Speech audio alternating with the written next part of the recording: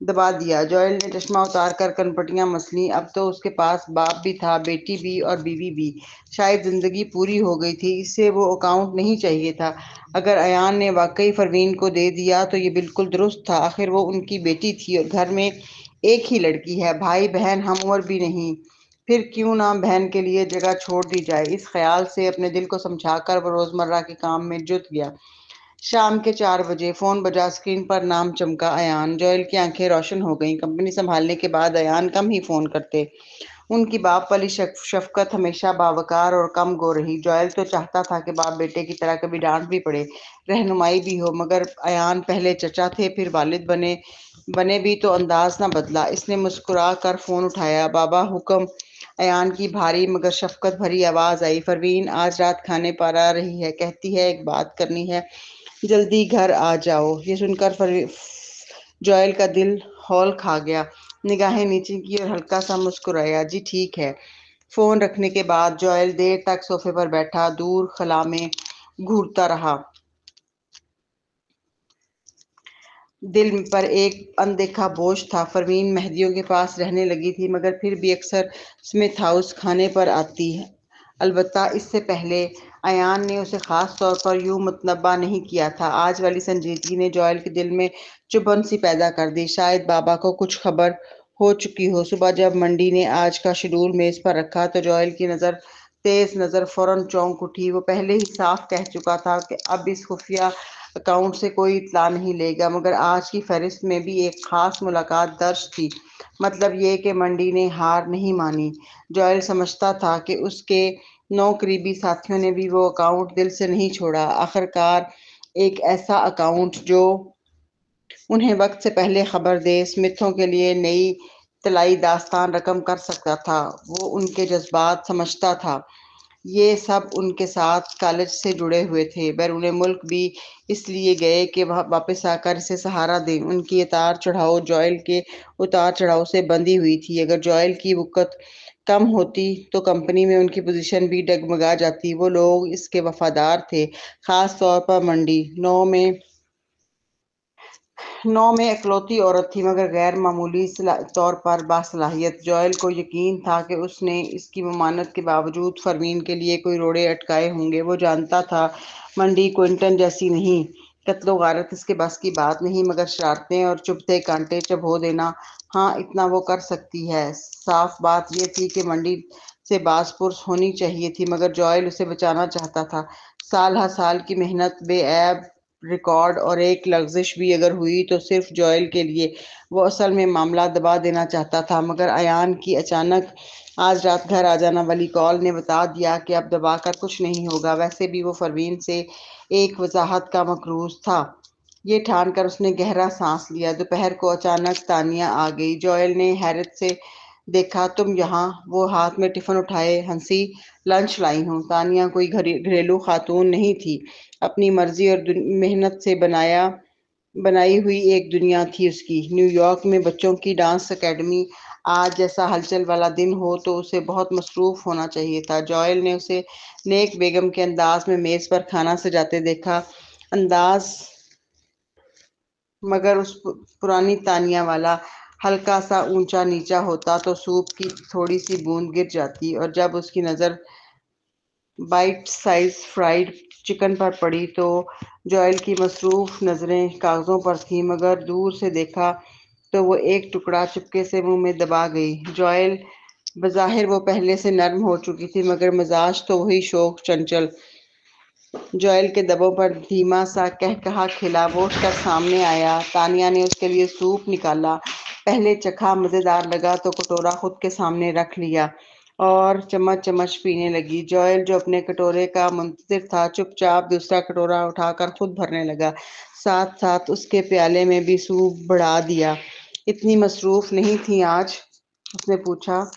بہت جان نکل رہی ہے۔ تانیہ نے مزے سے گھونٹ لیا اور پھر شوخی سے آنکھ دبائی۔ لیکن شوہر کو دیکھنے آیا نہیں جا سکتا؟ ویسے آج تم ڈاؤن لگ رہے ہو، ہے نا؟ جوئل نے چمچ رکھ کر آہ بھری۔ مصنوعی مسکراہٹ مدھم پڑی اور بولا، تمہیں کیسے پتا چلا؟ تانیہ نے زبان ماری، میں تمہیں بہت جانتی ہوں، بس ذرا سی کروٹ لو تو مجھے پتا چل جاتا ہے اگلا ڈائلاگ کیا ہوگا۔ جوئل کے ہونٹ سکڑ گئے۔ کیا تم ذرا مہذب نہیں ہو سکتی؟ میاں کے سامنے نہیں ہے نا، اس لیے اس کے سامنے تو اتنی ریزرو رہتی ہوں کہ سانس رک جائے۔ اب یہاں کوئی نہیں تو تھوڑا کچا پکا بول لوں۔ جوئل نے پیشانی تھامی۔ چلو ٹھیک ہے۔ اس کے چہرے پر نکلی مسکراہٹ کی جگہ آہستہ آہستہ اصل مسکراہٹ آ بیٹھی۔ تو پھر کیا ہوا ہے؟ کھل کر بتاؤ، تانیہ نے کہا۔ جوئل بولنے لگا تو وہ ہاتھ سے رکی۔ اور سنو، سچ سچ تم بچپن سے ہی حساس، چپ چاپ اور توجہ کے طالب رہے ہو۔ اوپر سے بہت سخت نظر آتے ہو مگر اندر سے بہت نازک ہو۔ میں کب سے تمہیں ہیلو میں دیکھنا چھوڑ چکی ہوں، اس لیے ڈرامہ نہیں، سیدھی بات۔ جوئل نے سر جھکا کر سوچا، پھر آہستہ بولا، بابا کے پاس ایک اکاؤنٹ ہے، اسمتھوں کی اصل وراثت، وہاں سے مالیاتی خبریں اور اندر کی اطلاعات ملتی ہیں۔ تانیہ نے 2 جملوں میں بات پکڑ لی۔ بابا نے وہ اکاؤنٹ پروین کو دے دیا؟ جوئل نے ہلکا سا سر ہلایا۔ سونے کی قیمتوں والی خبر غالباً وہیں سے آئی ہے، مگر بات یہ ہے کہ میں نے تو کل رات ہی بابا کو منع کیا تھا کہ اکاؤنٹ مجھے نہ دیں، پروین کو دے دیں، لیکن پروین کو یہ خبر 3 دن پہلے سے تھی۔ تانیہ نے اس بات میں سر ہلایا۔ سمجھ گئی، یعنی تمہیں شک ہے کہ بابا نے اکاؤنٹ کافی پہلے ہی پروین کے حوالے کر دیا تھا، کل بس تمہارا رد عمل جانچا۔ جوئل نے سر ہلایا۔ وہ تھما، پھر مدھم لہجے میں بولا، بابا ویسے نہیں ہیں، جو دینا ہو تو صاف دیتے ہیں، جو نہ دینا ہو تو واضح کہہ دیتے ہیں، جانچتے نہیں۔ کیا انہیں میرے دل کے چھوٹے چھوٹے لالچ نظر آ گئے؟ تانیہ نے نظریں گھمائی۔ کسے نہیں نظر آئیں گے؟ کیسے نظر نہیں آئیں گے؟ تم اوپر سے نارمل رہتے ہو، اندر سے سیکیورٹی کو ترستے ہو، تمہیں اکاؤنٹ سے غرض نہیں، اصل فکر یہ ہے کہ بابا تمہیں کتنا چاہتے ہیں۔ اس ایک جملے نے جوئل کی رگیں جاں چھو لی۔ تانیہ نے بات بڑھائی، اور یہ بالکل نارمل ہے، دیکھو بچے کبھی بھی دوسرے بچے کو خوشی سے قبول نہیں کرتے، کیونکہ جیسے ہی دوسرا آتا ہے والدین کی محبت تقسیم ہو جاتی ہے۔ جوئل کی نظریں سننے کے موڈ میں ٹھہر گئیں۔ اچانک اس نے محسوس کیا کہ اس کے دل میں چھپے خیالات اتنے بھی سنگین نہیں ہیں۔ وہ بولا، پھر؟ تانیہ ہنس پڑی۔ پھر تو بچے روتے دھوتے ہیں اور شور مچاتے ہیں، جیسے کہتے ہیں جو پہیا چچراتا ہے اسی کو تیل ملتا ہے، جو سب سے اونچا شور مچائے توجہ بھی اسی کو ملتی ہے۔ یہ بالکل سیدھی بات ہے۔ تمہارا یوں سوچنا نارمل ہے، چاہے آپ ایان کے حقیقی بیٹے ہی کیوں نہ ہوتے، پھر بھی غیرت آتی۔ جائے کہ آپ نہیں ہیں۔ اس نے انکار کیا۔ میں حسد نہیں کر رہا۔ ہاں ہاں، آپ ٹھیک فرما رہے ہیں، آپ کو بالکل حسد نہیں۔ تانیہ ہنسی۔ اس نے سر اٹھا کر اس کی طرف دیکھا اور سنجیدگی سے بولی، اس پر شرمندہ ہونے کی ضرورت نہیں، ہر انسان نارمل یوں ہی محسوس کرتا ہے، آہستہ آہستہ آپ ڈھل جائیں گے۔ عموماً جہاں گھر میں ایک سے زیادہ بچے ہوں، بڑا بچہ آخرکار اپنے بہن بھائیوں سے محبت کرنا سیکھ ہی لیتا ہے۔ آپ پائیں گے کہ بس آپ کو ایک مزید پیار کرنے والا گھر مل گیا، بس اتنا سا۔ جوئل تانیہ کی آواز سے یوں لگی جیسے وہ کسی بچے کو بہلا رہی ہو۔ جوئل نے سر جھکا کر کھانا کھانا شروع کیا۔ تانیہ نے اسے دیکھا۔ سنیے، کیا میں نے آپ کو اچھے سے دلاسا دیا یا نہیں؟ ہاں دیا۔ جوئل نے اس کے لیے فرائیڈ چکن کا ٹکڑا بڑھایا، جس پر تانیہ نے فوراً ہونٹ سکیڑ کر کہا، میں ڈانسر ہوں، جانتے ہیں اتنا چکنا کھانا مجھے کھلائیں گے؟ آپ اتنے لاپرواہ کیوں ہیں؟ یہ کہہ کر بھی اس نے چپکے سے ایک فرنچ فرائز اٹھا لی۔ جوئل جب وہ چکن چپکے سے منہ میں ڈال رہی تھی تو وہ خود احتسابی اسے نظر کیوں نہ آئی؟ اس کے ہونٹوں کے کناروں کی مسکراہٹ گہری ہوئی۔ وہ بولا، رات کو پروین سے کھل کر بات کروں گا، اور جہاں تک ابو کا تعلق ہے، میں ہی تنگ نظر تھا، میں ان کی وجہ سمجھتا ہوں، اور یہ بھی کہ ان کے نزدیک آخرکار پروین الگ ہے، بھلا سگے و منہ بولے بچوں کے ساتھ جذبات ایک جیسے ہو بھی کیسے سکتے ہیں؟ تانیہ نے مگر کہا، پرورش پانے والے اور نہ پانے والے بچوں میں بھی فرق ہوتا ہے۔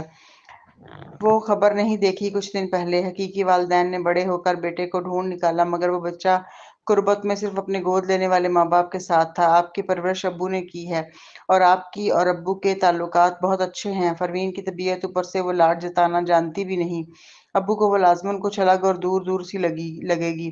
جوئل وہ بول چکی تو مسکرا دی۔ لہٰذا ابو کے نزدیک آپ اور پروین میں کوئی فرق نہیں، آپ دونوں ان کے لیے ایک جیسے ہیں۔ اب تک کی ساری بات اسی ایک جملے پر لا کر کھڑی ہو گئی۔ جوئل یکایک روشن ہو گیا۔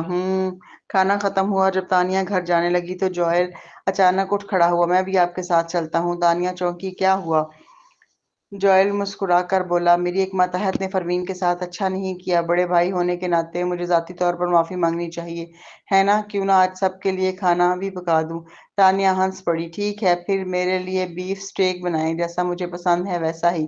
رات میں بیف کھانے سے وزن کم ہوتا ہے۔ جوئل دونوں ساتھ نیچے اترے اور گھر کو چل دیے۔ ان کے جاتے ہی دروازے پر منڈی آ کھڑی ہوئی۔ جوئل کو یہ کہتے سن کر کہ میری ایک ماتحت نے پروین کے ساتھ برا کیا ہے، مجھے بطور بڑا بھائی خود جا کر معافی مانگنی ہوگی۔ اس نے اپنی مٹھیاں بھینچ لیں۔ اس نے سر جھکا لیا۔ اسے احساس تھا کہ اس کے کیے پر جوئل ناخوش ہیں، بلکہ اس نے تو کم و بیش گھر کی ہم آہنگی بھی تہ و بالا کر دی تھی۔ پھر اسے یاد آیا کہ وہ تو پڑھ بھی تب سکی تھی جب ایان نے اس کی تعلیم کا خرچ اٹھایا تھا، اور بزرگ نے کبھی اس کا کریڈٹ بھی نہیں لیا۔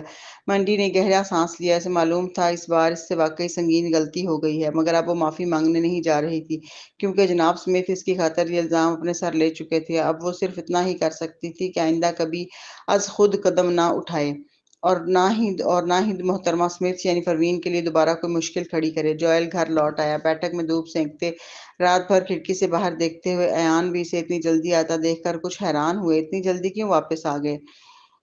جوئل نے مسکرا کر جواب دیا، کیا پروین رات کے کھانے پر نہیں آ رہی؟ میں پکا لیتا ہوں۔ ایان دنگ رہ گئے۔ کھانا پکانے کی کیا ضرورت؟ ہمارے ہاں شیف ہے۔ ادھر آؤ، میرے ساتھ ذرا بیٹھو۔ جوئل ایان کے ساتھ جا بیٹھا۔ دھوپ کی حدت سے گرم اور راحت میں ڈوبے ایان آہستہ سے بولے، جوئل میں تمہارا شکریہ ادا کرنا چاہتا ہوں۔ جوئل چونکا۔ ابو خیریت؟ ایان نے کہا، یاد ہے وہ دن جب تمہارے والد مطلب میرے بھائی نے تمہیں مارا تھا اور تم بھاگ کر آ کر میری ٹانگ سے لپٹ گئے تھے؟ جوئل نے سر ہلایا۔ ایان مسکرائی، اس روز تو میں جینا ہی نہیں چاہتا تھا۔ جوئل کا چہرہ ایک دم سنجیدہ ہو گیا۔ ایان بولتے گئے، مگر تمہاری آنکھوں کی معصومیت بالکل بے داغ تھی۔ تم نے مجھے آخری سرا سمجھ کر دیکھا تو مجھے جینے کا سبب مل گیا۔ یہ سن کر جوئل ششدر رہ گیا۔ بچپن سے اس کے انکل اسے کہتے آئے تھے کہ تم نے کمال کرنا ہے اور سمتھ کارپوریشن سنبھالنی ہے، پھر جب تم سنبھالو گے تو میں جینا چھوڑ دوں گا۔ جوئل کے لیے وہ زمانہ نفسیاتی اذیت کا بدترین وقت تھا۔ وہ سمجھتا رہا کہ چچا کے جینے کو کچھ باقی نہ رہا، کیونکہ ان کی عزیز ترین چیز سمتھ کارپوریشن کو وارث مل گیا تھا، مگر حقیقت چچا کو عزیز تو وہ خود نکلا۔ وہ سوچ رہا تھا کہ ایان نے کہا، بعد میں میں نے سمتھ کارپوریشن تمہیں سونپ دی۔ جب دیکھا کہ تم بڑے ہو گئے ہو اور اپنے پیروں پر کھڑے ہو تو مجھے لگا کہ اب میرے جینے کی وجہ باقی نہیں رہی۔ ابو؟ جوئل کی آنکھیں یکا یک نم ہو گئیں۔ ایان بولے، پھر پروین واپس آئی۔ جب اس نے مجھے بتایا کہ اس کی جان کے بہت سے دشمن ہیں اور شاید اس کے پاس وقت کم ہے، تب مجھے جینے کی ایک اور وجہ ملی۔ پھر بھی مجھے اسے سنبھالنے کا ہنر نہ آتا تھا۔ نہ میں نے اسے بڑھایا، نہ میں نے اسے پڑھایا، نہ بڑھتے دیکھا۔ مجھے تو یہ بھی نہیں معلوم کہ اسے کیا پسند ہے اور کیا ناپسند۔ جوئل کے ذہن میں وہ سارے منظر ابھر آئے۔ جب وہ ہوم ورک کرتا تو ایان اس کے ساتھ بیٹھتے۔ جب وہ کام نہ کر پاتا تو ایان استاد کی طرح ڈانٹ دیتے کہ اتنا ہوم ورک کیوں دیا۔ ایان استاد کو ڈانٹ دیتے کہ اتنا ہوم ورک کیوں دیا۔ جب وہ کھیلتا تو اگرچہ ایان ساتھ نہیں کھیلتے تھے، مگر قریب ہی بیٹھے رہتے، کبھی اسٹڈی میں کام کرتے، مگر جوئل جب کبھی پلٹ کر دیکھتا تو انہیں کھڑکی کے پاس کھڑے اسے دیکھتے پاتا۔ پہلے اسے لگتا تھا کہ چچا بہت سرد مہر ہیں اور بس کام کے، مگر لمحہ بھر میں جیسے وہی یادیں الٹی نظر سے دکھنے لگیں، اور جوئل نے اس پردے کے پیچھے کا سچ دیکھ لیا۔ اس نے ایان کا ہاتھ تھام لیا۔ ایان نے کہا، جوئل میں تم سے آخری بار پوچھتا ہوں، کیا تم نے اس اکاؤنٹ کے بارے میں اچھی طرح سوچ لیا ہے؟ تم حساس اور کم گو بچے ہو، جو اکثر خود کو تکلیف دے کر بھی مجھے خوش دیکھنا چاہتے ہو۔ مجھے اب بھی سچ سننا ہے۔ جوئل کے لبوں پر کھٹی سی مسکراہٹ آئی۔ اب اسے سمجھ آ گئی تھی، ایان نے وہ اکاؤنٹ پروین کو نہیں دیا، غالباً انہوں نے بس گروپ سے ملی خبر اسے بتا دی تھی۔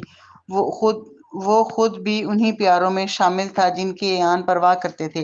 جوئل کے انداز میں قطعیت آ گئی۔ معاف کیجیے گا ابو، میں نے آپ کو غلط سمجھا۔ آئیے وہ اکاؤنٹ پروین کے نام کرتے ہیں۔ میں دل سے کہہ رہا ہوں، آپ اور نہ میں، ہم میں سے کوئی بھی اس کی پرورش میں ساتھ نہیں تھا۔ اب یہی ایک چیز ہے جو ہم اسے دے سکتے ہیں تاکہ اس کے آئندہ کی راہ کچھ آسان ہو۔ ایان نے ابرو سکیڑے۔ پوری طرح یقینی ہو اسے دے دیا تو سمتھ کارپوریشن شاید وہ بلندیاں نہ چھو سکے جن تک تم اسے لے جانا چاہتے ہو۔ ایان جوئل کو سمجھتے تھے۔ وہ باصلاحیت اور باہمت آدمی تھا۔ اس کی قیادت میں سمتھ کارپوریشن دن بدن پروان چڑھی اور ایان کے زمانے سے بھی زیادہ تابناک ہوئی۔ جوئل کو اور بڑی شان درکار تھی۔ وہ اپنا کاروباری سلطنت کھڑی کرنا چاہتا تھا، اسی لیے برسوں سے لگا ہوا تھا۔ وہ اکاؤنٹ اس منزل تک پہنچانے میں مددگار تھا۔ جوئل مسکرایا۔ اس بار مسکراہٹ مطمئن، آزاد اور پرعزم تھی۔ جی ہاں، میں بالکل یقینی ہوں۔ وہ خوب جانتا تھا کہ وہ کیا چھوڑ رہا ہے۔ اتنے میں دروازے سے پروین اندر آئی اور ہچکچاتے ہوئے بولی، کس بات کا اتنا یقین ہے؟ جیسے ہی پروین نے بات کی، ایان اور جوئل نے ایک دوسرے کی طرف دیکھا۔ جوئل جواب دینے ہی والا تھا کہ ایک ننھی سی آواز نے کمرے کا سکوت توڑ دیا، کیا اس میں شمائل کے لیے بھی کچھ ہے؟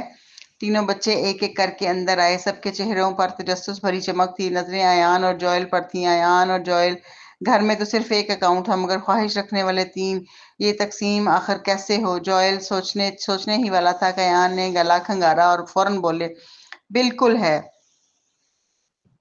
کیوں نہیں؟ میں تو کہہ رہا تھا کہ تمہاری امی کو ایک نیا ولا دینے کا سوچ رہا ہوں، تو اگر تم بچوں کو بھی چاہیے تو ہر ایک کو ایک ایک ولا مل جائے گا۔ بچوں کے سامنے وہ یہ ظاہر نہیں کرنا چاہتے تھے کہ ان کے پاس دینے کو محدود چیزیں ہیں۔ ان کا ارادہ تھا کہ بعد میں پروین سے اکیلے میں بات کر لیں گے۔ اکاؤنٹ کے بارے میں انہیں کچھ نہیں بتانا تھا، ان کے دل میں البتہ خواہش یہ تھی کہ وقت آنے پر پروین وہ اکاؤنٹ حارث کو دے دے۔ یہ کسی جانبداری کا نہیں بلکہ سمجھداری کا سوال تھا۔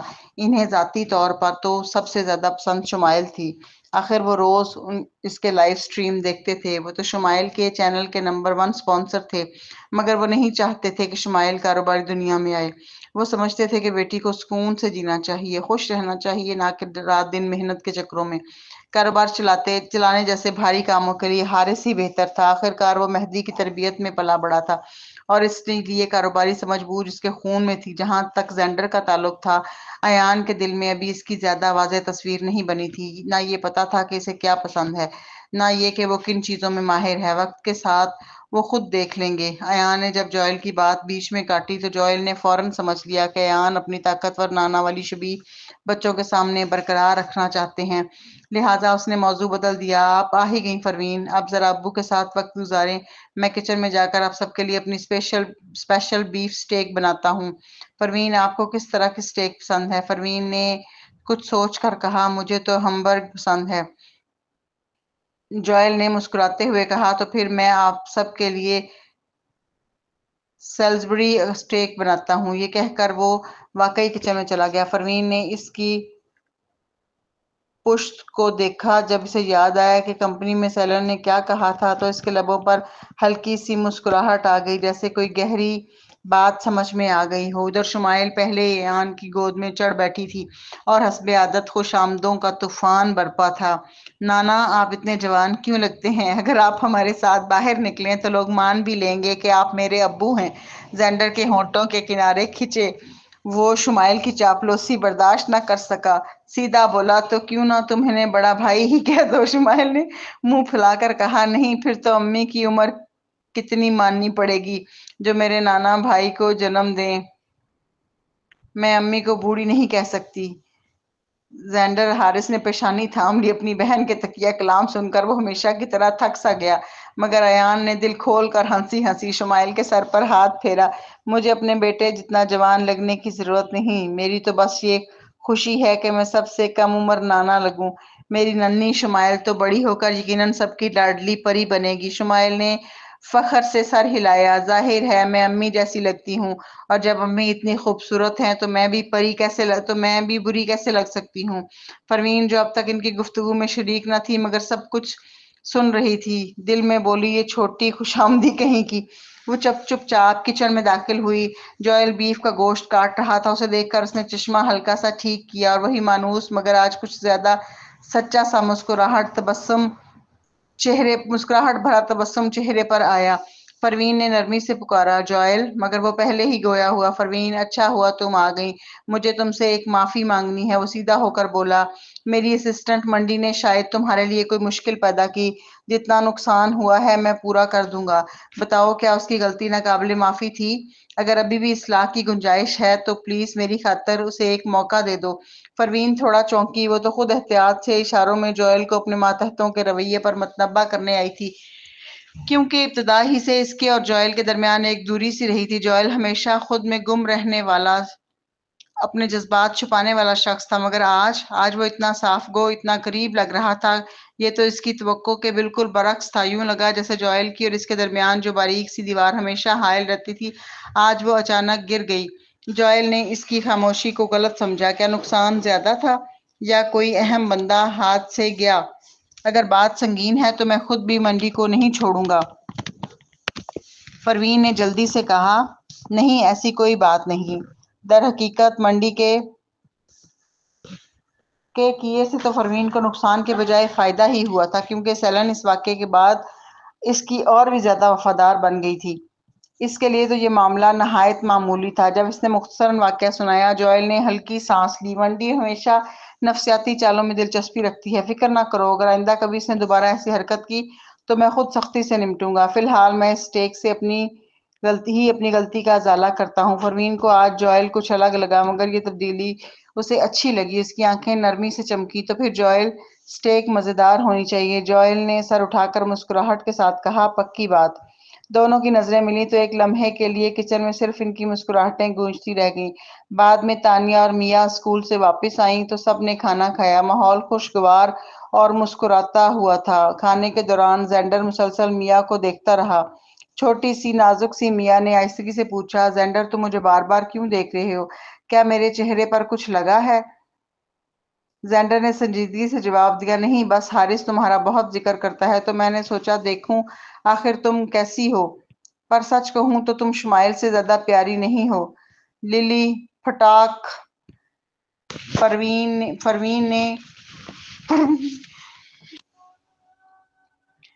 فروین نے زینڈر کے سر پر ہلکا سا چپت لگایا، ایسے نہیں کہتے۔ فروین نے زینڈر کے سر پر ہلکا سا چپت لگایا، ایسے نہیں کہتے بیٹا، کسی لڑکی کو کم پیارا کہنا تمیز کی بات نہیں۔ زینڈر نے زبان نکالی، وہ ٹھیک لگتی ہے، بس تھوڑی سست سی ہے، شمائل جیسی چست نہیں۔ ظاہر ہے وہ اتنی کیوٹ کیسے ہو سکتی ہے؟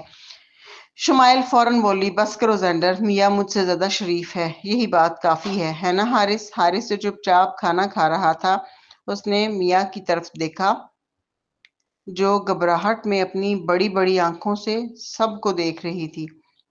اس نے فوراً بات بدل دی، ہاں تم کچھ زیادہ ہی بولنے لگی ہو۔ آج رات جب گیم کھیلو تو دوسروں کو چھیڑنا کم کرنا، ٹھیک ہے؟ گیم کا نام سنتے ہی شمائل کی آنکھیں چمک اٹھیں۔ نانا، میں آج رات لائیو شو کر رہی ہوں، آپ ضرور دیکھنے آئیے گا نا؟ ایان نے مسکراتے ہوئے سر ہلایا، ضرور میری ننھی اسٹار۔